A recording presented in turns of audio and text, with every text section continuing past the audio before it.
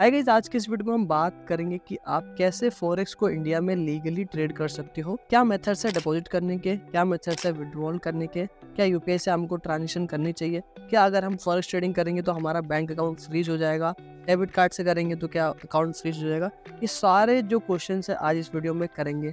Taxation को कैसे trade करना है, एवरीथिंग आज इस वीडियो में मिलने वाला है। तो गाइस, अगर आप मेरे चैनल पर पहली बार आए हो तो प्लीज चैनल को सब्सक्राइब कर लीजिएगा।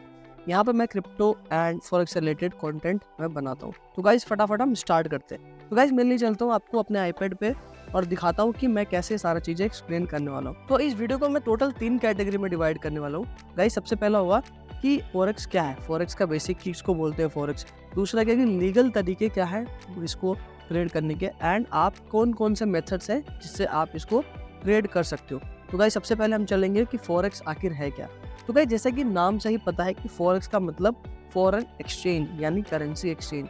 जैसे कि बहुत सारे ग्लोबल करेंसीज होते हैं, जैसे कि यूरो हो गया जो कि यूरोपियन यूनियन का करेंसी है, जीबीपी हो गया जो ग्रेट ब्रिटेन पाउंड यानी लंदन की करेंसी है, मतलब यूके की करेंसी है, जो जीबीपी हो गया जापानीज येन है, कैनेडियन डॉलर है, न्यूजीलैंड डॉलर है, ऑस्ट्रेलियन डॉलर है, ठीक है, स्विस फ्रैंक है।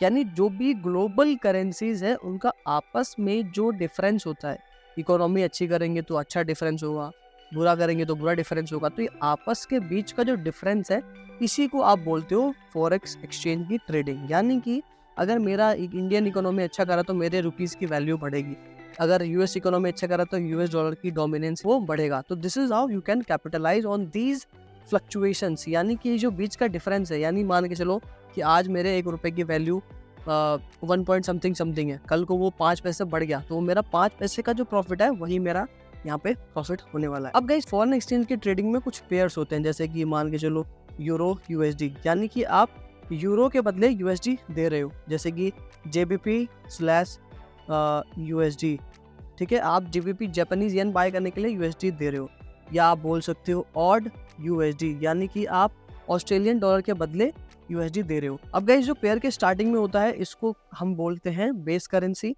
और जो लास्ट में होता है ये कोड करेंसी। यानी कि आप ये वाला खरीदने के चक्कर में आप कोड करेंसी को दे रहे होते। यानी अगर मेरे को अगर यूएसडी वर्सेस आईएनआर का निकालना है, तो यानी अगर मैं आईएनआर खरीदना चाह रहा हूँ तो मुझे यूएसडी देना पड़ेगा, या अगर मैं यूएसडी आईएनआर का निकालूँ तो मैं यूएसडी खरीदने के लिए आईएनआर दूंगा, ठीक है। तो आप ये समझ सकते हैं। अब गाइस फॉरेक्स ट्रेडिंग में क्या होता है, जैसे आप अगर इंडियन मार्केट की ट्रेडिंग की बात करो तो वहाँ पे आप 9 to 3 आप ट्रेड कर सकते हो, बट ये फॉरेन एक्सचेंज है, यानी पूरा ये फॉरेक्स में ट्रेड होता है, पूरा वर्ल्ड वाइड ट्रेड होता है। तो इसका जो टाइम लिमिट है वो थोड़ा सा ज़्यादा होता है। ये मार्केट गाइस 24 आवर्स खुला रहता है, ठीक है।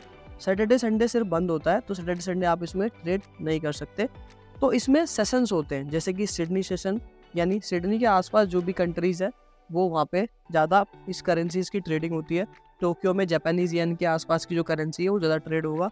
लंदन में आप जीबीपी ट्रेड कर सकते हो, यूरो ट्रेड कर सकते हो। न्यूयॉर्क में यूएसडी, यानी यूएसडी से रिलेटेड जो पेयर है उनकी ज़्यादा ट्रेडिंग होती है। यानी कि 24 घंटे चलने की वजह से हर जगह कहीं ना कहीं सुबह होता है, यानी वहाँ के बैंक्स आपस में ट्रेड कर रहे होते हैं, वहीं करेंसीज आपस में ट्रेड कर रहे होते हैं। तो आप ये सिंपली समझिए कि फॉरेक्स किस तरीके से काम करता है। अब मैं डिटेल में नहीं गया कि कैसे लॉट सेलेक्ट करना है, कैसे पिप सेलेक्ट करना, वो किसी और वीडियो में मैं आपको बताऊंगा। अब हम गाइस बात करते हैं कि इलीगल कैसे इसको हम ट्रेड करें, या ये गवर्नमेंट ने थोड़ा सा इसको बैन क्यों कर रखा है इंडिया में, या थोड़ा सा ग्रे एरिया क्यों है। तो गाइस सबसे पहले हम बात करते हैं 2 चीज़ का जो गवर्नमेंट बैन क्यों करना चाहती है इसको। तो गाइस देखो, जो हमारी जो इकोनॉमी है वो है इम्पोर्ट बेस्ड इकोनॉमी, यानी हम एक्सपोर्ट कम करते हैं, इम्पोर्ट ज़्यादा करते हैं। यानी कि हमारे पास हमारे फॉरेन रिजर्व में हमारे पास यूएसडी ज़्यादा होना चाहिए, यानी कि यूएस डॉलर अगर हम इंपोर्ट कर रहे हैं तो ज़्यादा होना चाहिए। अगर मान के चलो अगर मैं किसी फॉरेक्स ब्रोकर में, मैं फॉरेक्स ट्रेडिंग करने के लिए किसी फॉरेक्स ब्रोकर में जो कि बाहर का है, क्योंकि इंडिया में तो है नहीं, फॉरेक्स ब्रोकर में पैसा डाल रहा हूँ, यानी कि मैं यूएसडी जो है वो बाहर डाल रहा हूँ, यानी अपने देश से बाहर फेंक रहा हूँ, यानी किसी अदर कंट्रीज को दे रहा हूँ। तो मेरा क्या फॉरेन रिजर्व घटेगा, क्योंकि फॉरेन रिजर्व जब घटेगा तो हम ट्रेड्स कम कर पाएंगे, क्योंकि हमें तो पैसा देना पड़ रहा है ना, हम इंपोर्ट कर रहे हैं तो हम अपना जो यूएसडी है उसी के बदले तो खरीदेंगे ना। अगर मुझे मान चलो कोई चीज़ खरीदनी है तो मेरे को यूएसडी देना पड़ेगा, तो अगर मेरे पास फॉरेन रिजर्व में यूएसडी रहेगा ही नहीं तो मैं दूंगा कहाँ से।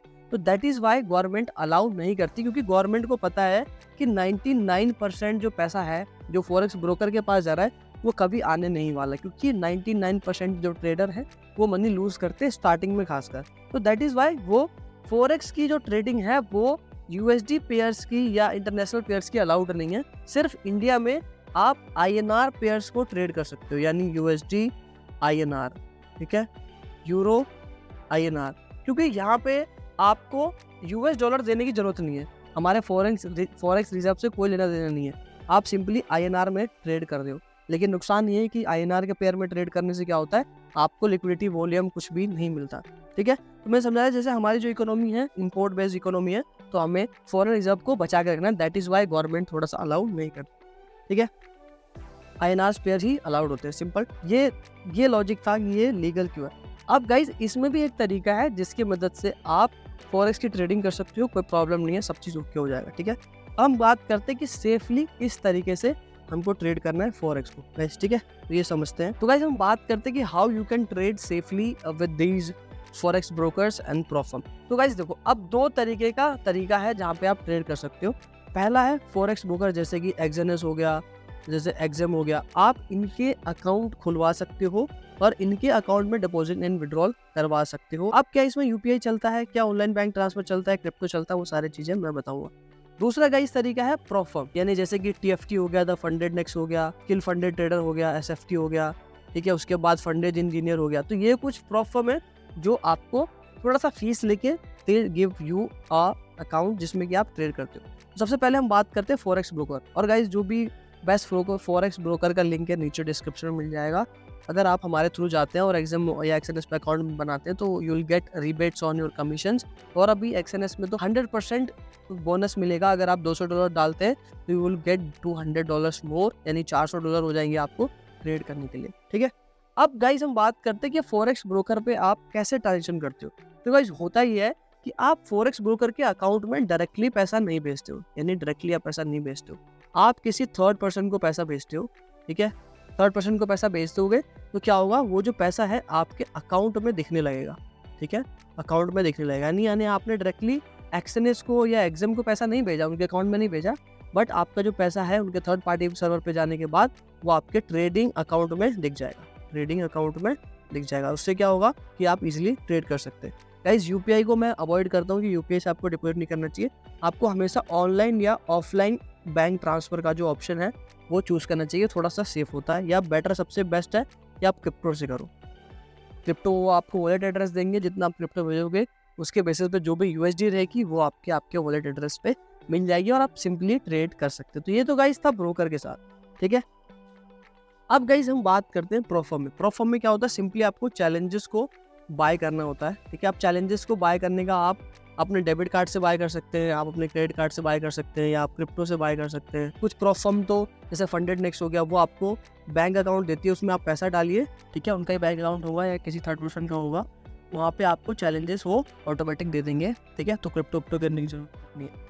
अब गाइस क्या होता है, प्रोफर्म के बारे में अगर आप डिटेल में नहीं जानते तो आपको यहाँ पे लिंक मिल जाएगा कि प्रोफर्म कैसे काम करता है, क्या बोला है, कैसे आपको इसमें विड्रॉल मिलता है, कैसे आप चैलेंजेस को पास करते हो और कैसे पैसा बनाते हो, कैसा उनसे प्रॉफिट शेयर लेते हो।